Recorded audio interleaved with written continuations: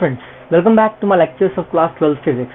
In the previous videos, we have seen about the Gauss law and the application of Gauss law. Here we have some more applications of Gauss law. The second application is electric field intensity due to a spherical shell. हमारे पास एक hollow sphere है that is called as a shell. तो उसके लिए हमें electric field intensity calculate करनी है by using Gauss theorem. हमारे पास क्या ये स्फेरिकल शेल है, इसका रेडियस कितना है r है. अब यहाँ पर इस कंडीशन में क्या होगा, हम इसके बाहर भी इलेक्ट्रिक फील्ड इंटेंसिटी कैलकुलेट कर सकते हैं और इसके अंदर भी इलेक्ट्रिक फील्ड इंटेंसिटी कैलकुलेट कर सकते हैं. तो यहाँ पर हमारे पास दो कंडीशंस होगी. First, electric field outside the shell. अब यहाँ पर क्या है, जो चार्ज है वो इसके सरफेस पे लाई करता है. ओके, लेकिन गॉस थ्योरम क्या कहता है कि जब भी हमें इलेक्ट्रिक फील्ड इंटेंसिटी कैलकुलेट करनी है, in that case we want that charge should be inside a closed surface. So here when we are calculating the electric field intensity outside the shell, so we want the charge should be inside a closed surface. Suppose for example अगर हमें यहाँ पर electric field intensity calculate करनी है, तब यहाँ पर जो चार्ज है वो एक क्लोज्ड सरफेस के अंदर नहीं है. तो हमें क्या करना पड़ेगा, we have to assume a Gaussian surface. तो यहाँ पर इसके बाहर मैं एक Gaussian surface assume कर लेता हूँ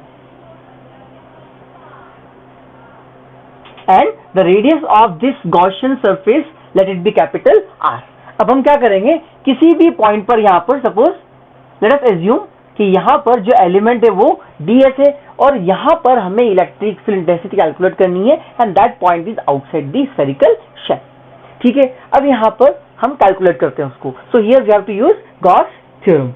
Using Gauss theorem, what it says, closed integral of electric field intensity over the complete surface is equals to 1 by epsilon times the charge enclosed by the closed surface. यहाँ पर जो भी charge है that charge is q. Okay, अब हम यहाँ पर एक और पैरामीटर कंसीडर करते हैं, that is the surface charge density. तो यहाँ पर जो surface charge density है that is sigma and that is same for the whole surface. अब यहाँ पर क्या करते हैं, E dot ds. तो यहाँ पर क्या हो जाएगा, I can write it as E ds cos theta is equals to q by epsilon naught. तो यहाँ पर cos theta that is the theta angle between E and ds. अगर हमें यहाँ पर इलेक्ट्रिक फील्ड इंटेंसिटी कैलकुलेट करनी है, then here the electric field intensity will be perpendicular outwards. ठीक है, और यहाँ पर जो एरिया वेक्टर है that will be also perpendicular outwards. मतलब यहाँ पर दोनों के बीच में जो एंगल होगा वो एंगल कितना होगा, that angle will be 0 degree. मतलब यहाँ पर कितना हो जाएगा, integration of E ds cos 0 is equals to q by epsilon naught. cos 0 is equals to 1. मतलब यहाँ पर ही कितना हो जाएगा, E ds is equals to q by epsilon naught. Now electric field intensity for a particular distance r, यहाँ पर क्या होगा, इलेक्ट्रिक फील्ड इंटेंसिटी सेम रहेगी. मतलब यहाँ पर E क्या है, कांस्टेंट है. So here I can write this E integration of ds is equals to q by epsilon naught. अब यहाँ पर E, what about this closed integration of ds, that is for that complete surface on which we are calculating the electric field intensity. और यहाँ पर ये जो surface है ये कौन सा है, that is the Gaussian surface जो हमने assume किया है. तो यहाँ पर उस Gaussian surface का total surface area कितना हो जाएगा, that will be 4 pi r square. This capital R is the radius of Gaussian surface and small r is the radius of the spherical shell is equals to q by epsilon naught. मतलब यहाँ पर E की value कितनी हो गई, that is equals to q by 4 pi epsilon naught r square. This is what the value of electric field intensity outside the spherical shell is. अब यहाँ पर अगर कैपिटल R को मैं R के बराबर कर दूं, मतलब यहाँ पर if this radius of the Gaussian surface is same as the radius of that spherical shell, मतलब यहाँ पर क्या है, हम इलेक्ट्रिक फील्ड इंटेंसिटी कैलकुलेट कर रहे हैं इस सरफेस पर. Okay, so in that case I can write E is equals to q by 4 pi epsilon naught r square.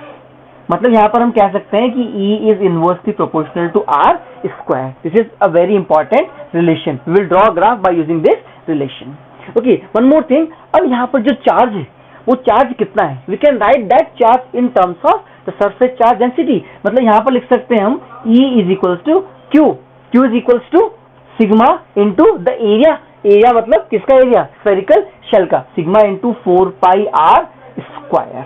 That is the total area for that surface. divided by 4 pi epsilon naught r square. 4 pi cancel हो गया, r square cancel हो गया. So here we got E is equals to sigma by epsilon naught. This is the electric field intensity outside the spherical shell. Okay, so now we'll calculate the electric field intensity inside the shell. So the second case will be E inside the shell. Now if we have to consider the electric field inside the shell, then we have to draw a Gaussian surface inside the spherical shell. So let us draw this diagram again.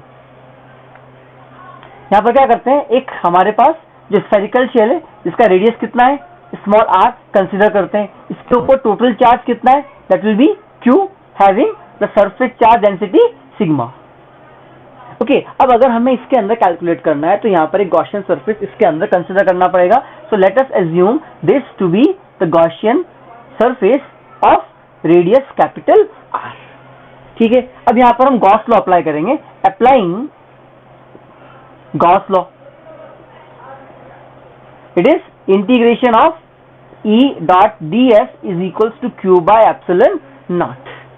ठीक है, अब यहाँ पर q की value कितनी है, q is the charge enclosed by that closed surface, या फिर वो चार्ज गॉसियन सरफेस कितना एनक्लोज करेगा. अब यहाँ पर इस गॉसियन सरफेस के अंदर चार्ज कितना है, because for this spherical shell the charge will only reside on its surface. Charge सिर्फ उसके सरफेस पर ही रहेगा, अंदर कहीं पर भी चार्ज नहीं रहेगा, बिकॉज इट्स हॉलो. मतलब इस गॉसियन सरफेस के अंदर चार्ज कितना है, here this q is equals to 0, that is inside the shell. मतलब यहां पर E की वैल्यू कितनी हो गई, means the electric field intensity inside a shell will be equals to 0. मतलब यहां पर उसके अंदर कोई भी इलेक्ट्रिक फील्ड नहीं होगी. और यही फिनोमेना अपन यूज करते हैं इन इलेक्ट्रोस्टैटिक शील्डिंग. मतलब किसी भी सरफेस के अंदर आप कोई भी एक ऐसा ऑब्जेक्ट रखोगे जिसको आपको इलेक्ट्रिक फील्ड से बचाना हो, तो क्या करना पड़ेगा आपको सिस्टम के अंदर उसको रख देना, क्योंकि वहां पर इलेक्ट्रिक फील्ड क्या होती है, 0 होती है. Okay, now here we have outside the shell. So here we have inside the shell E is equals to 0 and outside the shell we have E is equals to sigma by epsilon naught, or in terms of distance E is inversely proportional to R square. अगर हम यहाँ पर एक graph बनाए दोनों के बीच में, that is the distance R and here we have electric field intensity. अब हम क्या assume करते हैं कि यहाँ पर it is the center of the shell. ये शेल का क्या है, सेंटर है, और यहाँ पर R is equals to capital R हम कर देते हैं. Here this is the radius of the Gaussian surface. Okay, so here small r is equals to capital R. अब क्या होगा यहाँ पर, up to this distance or up to the radius of that spherical shell, electric field क्या होगी, 0, क्योंकि वो point कहाँ है, उस शेल के अंदर रहेगा. मतलब यहाँ तक कोई भी इलेक्ट्रिक फील्ड नहीं होगी. बट जैसे ही हम इसके बाहर जाते हैं क्या होगा, E is inversely proportional to R square. मतलब इसके सरफेस पर यहाँ पर इलेक्ट्रिक फील्ड इंटेंसिटी क्या होगी, मैक्सिमम होगी. मतलब at this point, at the radius of the spherical shell, electric field intensity will be maximum. और उसके बाद जैसे डिस्टेंस आगे बढ़ती जाएगी E की वैल्यू क्या होती जाएगी, it will decrease, because E is inversely proportional to R square. यहाँ पर क्या होगा, E is inversely proportional to R square, और यहाँ पर क्या हो जाएगा, E is equals to 0. This is very important graph. So in this way we can calculate the electric field intensity for a spherical shell. After calculating the electric field intensity for a spherical shell, we have third application, that electric field intensity due to a solid sphere. इससे पहले क्या था, जो हमारे पास sphere था वो अंदर से hollow था. Now we have a solid metallic sphere. Okay, so here we have the same method. मतलब हमारे पास यहाँ पर एक सॉलिड स्फीयर है, लेकिन अब इस केस में क्या होगा, यहाँ पर जो चार्ज है it will completely spread inside the sphere also. ये स्फीयर के अंदर भी पूरा चार्ज डिस्ट्रीब्यूट हो जाएगा, क्योंकि वो क्या है, it's not a hollow, it's a solid sphere. और यहाँ पर जो सरफेस चार्ज डेंसिटी थी वो क्या हो जाएगी, that will be volume charge density. Here also we have to do the same thing, that is first of all we'll calculate the electric field outside the sphere and then we'll calculate inside the sphere. So first of all, electric field outside the sphere. Okay, so here how we will calculate it, we have the same thing, that is we will draw a Gaussian surface okay, Gaussian surface में अब यहाँ पर जो total charge है वो Gaussian surface के अंदर ही आ रहा है, मतलब यहाँ पर क्या हो जाएगा, E D S is equal to Q by epsilon naught. The procedure will be same, the angle between E and D S that is equal to 0 degree, क्या हो जाएगा, E D S is equal to Q by epsilon naught, all the thing will remain same, मतलब यहाँ पर भी E कितना हो जाएगा, that is equal to 1/4 pi epsilon naught Q by are square. यहाँ पर सरफेस पे क्या होगा, मैक्सिमम होगा, और उसके बाद क्या, उसकी वैल्यू कम होती जाएगी। Okay, and outside the sphere we have the air as a medium, मतलब E is equal to sigma by epsilon naught. अब यहाँ पर क्या करना है हमें, we have to calculate the electric field inside the sphere. अब यहाँ पर हमें थोड़ा सा चेंज करना पड़ेगा। ओके, अब यहाँ पर क्या है, here also we have the charge inside the sphere and we have volume charge density. Now here we will apply Gauss law to calculate the electric field intensity inside the sphere. So we will consider a Gaussian surface of radius capital R.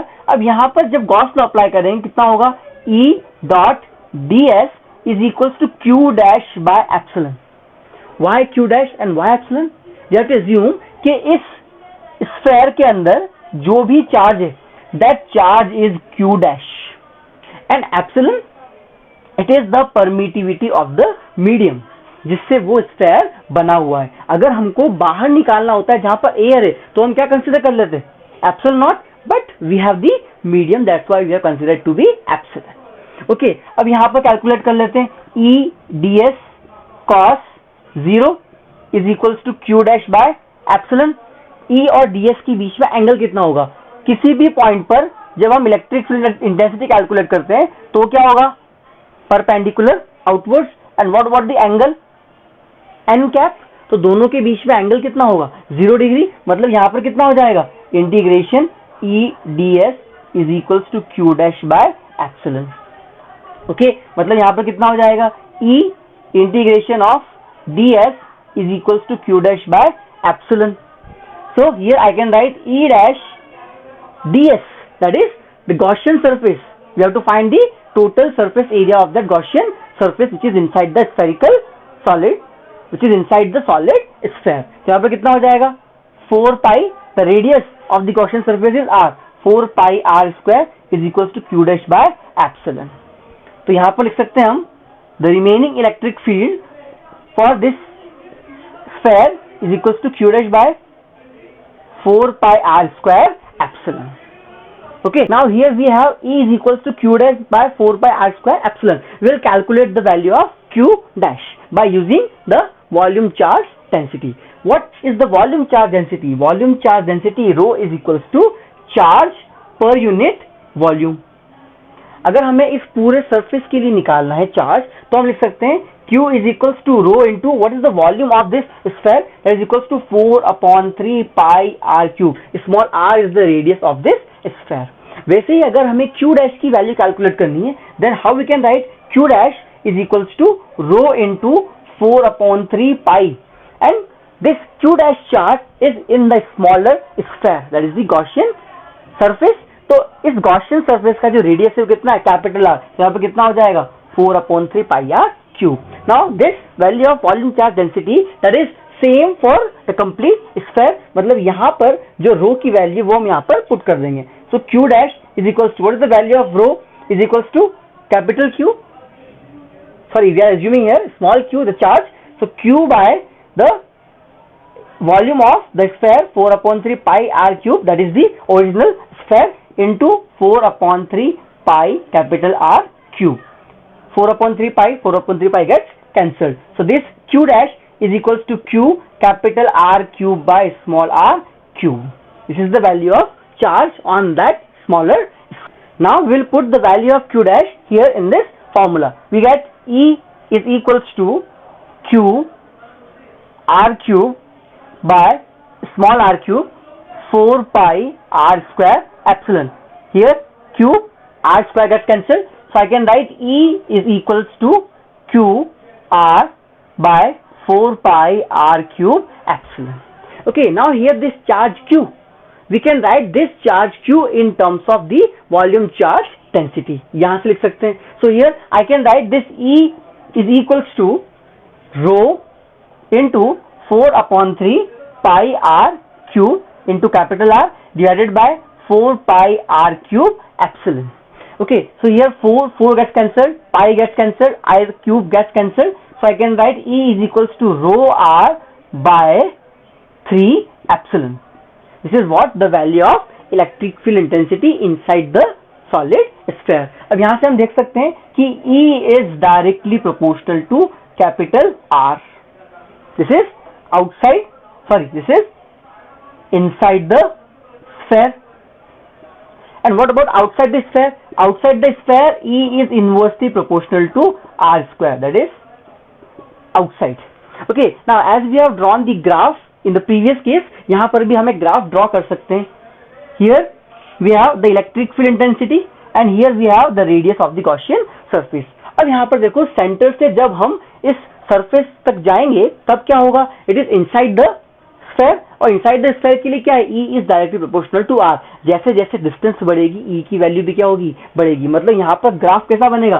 कुछ इस तरह से बनेगा. लेकिन कब तक? जब तक यहाँ पर ये जो स्मॉल r है कैपिटल R के बराबर ना हो जाए. मतलब कहाँ तक? इस सरफेस तक.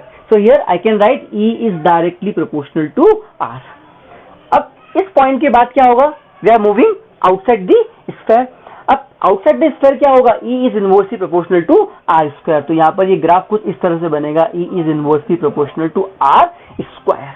इन this way we can draw the graph between E and R. So it is what all about the electric field intensity for a solid sphere.